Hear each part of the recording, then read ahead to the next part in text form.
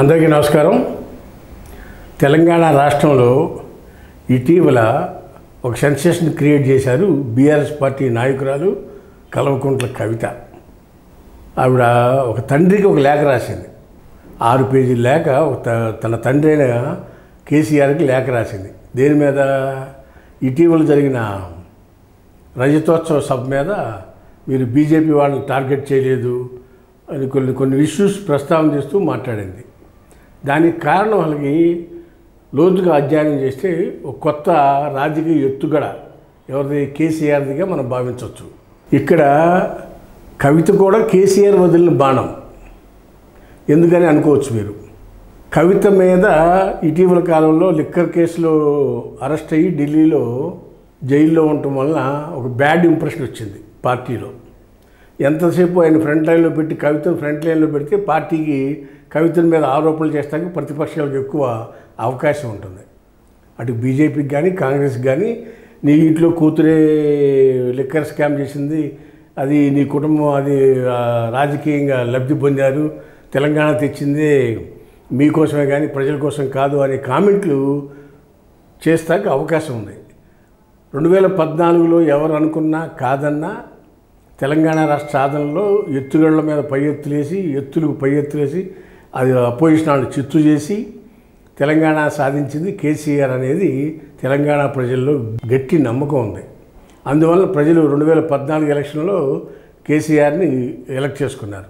తర్వాత 19 నాటికి కొన్ని ఇబ్బందులు వచ్చినా మంచిగా అధికారంలోకి మళ్ళీ రెండోసారి వచ్చారు. అక్కడి నుంచి తెలంగాణలో దాడి స్టార్ట్ అయింది. కాంగ్రెస్ బీజేపీ దాడి, ప్రజా సంఘాల దాడి. ఏమని? కేసీఆర్, కేటీఆర్, హరీష్ రావు, కవిత, సంతోష్ రావు ఇట్లా 5-6 మంది దగ్గర బంధువులు ఒకే కుటుంబ సభ్యులు రాష్ట్రాన్ని రూల్ చేస్తున్నారనేది ప్రజలకు రీచ్ అయిపోయింది. ప్రజల్లో దాని మీద కుటుంబ రాజకీయం అనేది వచ్చేసింది. కేసీఆర్ అందులో ప్రజలను కలిసేవాడు కాదు, ఫామ్ హౌస్లో ఉండేవాడు, ఎప్పుడు ప్రజలకు అందుబాటులో ఉండేవాడు కాదు. ఎంతసేపు కేటీఆర్ను ఫ్రంట్ లైన్లో పెట్టి డెవలప్మెంట్ చేసినా రాజకీయం చేసినా కేటీఆర్తోనే నడిపించాడు. దానివల్ల ప్రజలందరికీ కూడా ఒక రకమైన ద్వేషభావం కలిగింది. ఎందుకు కలిగింది? మనం తెలంగాణ తీసుకొచ్చాడని చెప్పి అధికారం అప్పచెప్తే ఆయన ఫామ్ హౌస్లో కూర్చుని ఎవరికి అందుబాటులో ఉండలేదని ప్రజా సంఘాలు ముందు మొదలెట్టి అక్కడి నుంచి కళాకారులు, కవులు, తర్వాత కాంగ్రెస్, బీజేపీ అందరూ కూడా దుమ్మెత్తిపోశారు ఈ కుటుంబం మొత్తాన్ని. దాని మీద ఒక పాట చేసి ఏమైపోయిందిరో తెలంగాణ, ఎవరికి సొత్తు అయ్యిందిరో తెలంగాణ అని ఒక పాట పాడి దాన్ని తెలంగాణ మొత్తం మంచి పాపులర్ సాంగ్ చేశారు. అలాగే అలాంటి పరిస్థితుల్లో 2023 ఎన్నికల్లో కేసీఆర్ ఓటమి పాలయ్యారు. తర్వాత కవిత అరెస్టు, తర్వాత జరిగిన పార్లమెంట్ ఎలక్షన్లో 39 సీట్లు 36% ఉన్న ఓటింగు 0 సీట్లు 16%కి పడిపోయింది పార్లమెంట్ ఎలక్షన్ నాటికి బీఆర్ఎస్ పార్టీ గ్రాఫ్. దాంతో భవిష్యత్తులో కూడా కోలుకోలేమనే అనుమానంతో కేసీఆర్ అండ్ ఫ్యామిలీ ఒక కుట్రలేపింది. కవితను పార్టీ నుంచి పక్కకు పంపించి ఆవిడ జాగృతి పేరుతోనో లేదా సంస్కృతి పేరుతోనో తెలంగాణ భోజన జాగృతి పేరుతోనో ఒక పార్టీ పెట్టించి ఆవిడ్ని షర్మిల గారు కనుక తెలంగాణలో పార్టీ పెడితే ఎట్లా మైక్ పెట్టి వాయిస్ వినిపించిందో అదేవిధంగా కవితని బయటికి పంపించేసి ఒక పార్టీ పెట్టిస్తే కొంత లాభం ఉంటుందేమోనని ఒక స్ట్రాటజీ ఇది. ఇప్పుడు రేపు అవునన్నా కాదన్నా ఫ్రంట్ లైన్లో కాంగ్రెస్ పార్టీ ఉంటుంది, రూలింగ్ పార్టీ కాబట్టి ఫ్రంట్ లైన్లో నెక్స్ట్ ఎలక్షన్ నాటికి. తర్వాత పొజిషన్లో బీఆర్ఎస్ ఉంటుంది, థర్డ్ బీజేపీ ఉంటుంది. అయితే ఈ ఓట్లు 3గా చేరుతాయి. 3గా చేస్తే ఎక్కువ సీట్లు ఎవరికి వస్తే వాళ్ళు ఇంకోళ్ళతో టైఅప్ పెట్టుకోవాలని పరిస్థితి వస్తుంది. అది బీజేపీతో పెట్టుకోవాలా, కాంగ్రెస్తో పెట్టుకోవాలా అనేది ఒక రకమైన క్వశ్చన్ మార్కు.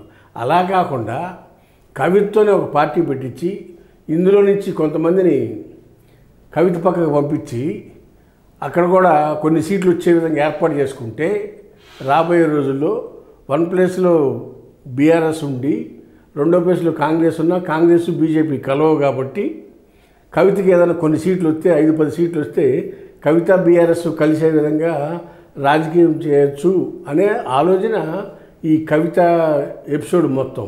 మరీ ముఖ్యంగా కాంగ్రెస్ పార్టీకి పడే ఓట్లు చీల్చాలనేది మెయిన్ టార్గెట్. ఎవరికి? బీఆర్ఎస్ పార్టీకి కేసీఆర్కి.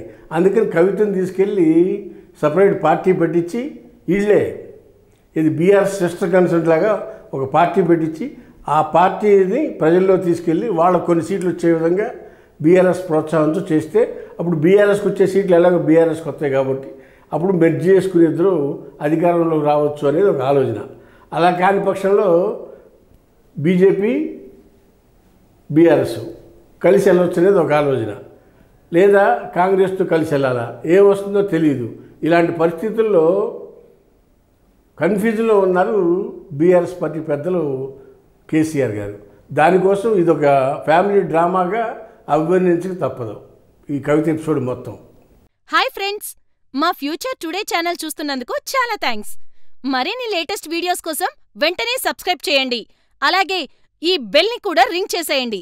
మా లేటెస్ట్ వీడియోస్ నోటిఫికేషన్స్ అన్నీ మీ మొబైల్లో వస్తాయి. మా వీడియోస్ మీకు నచ్చితే లైక్ చేయండి, షేర్ చేయండి, నచ్చకపోతే కామెంట్ చేయండి.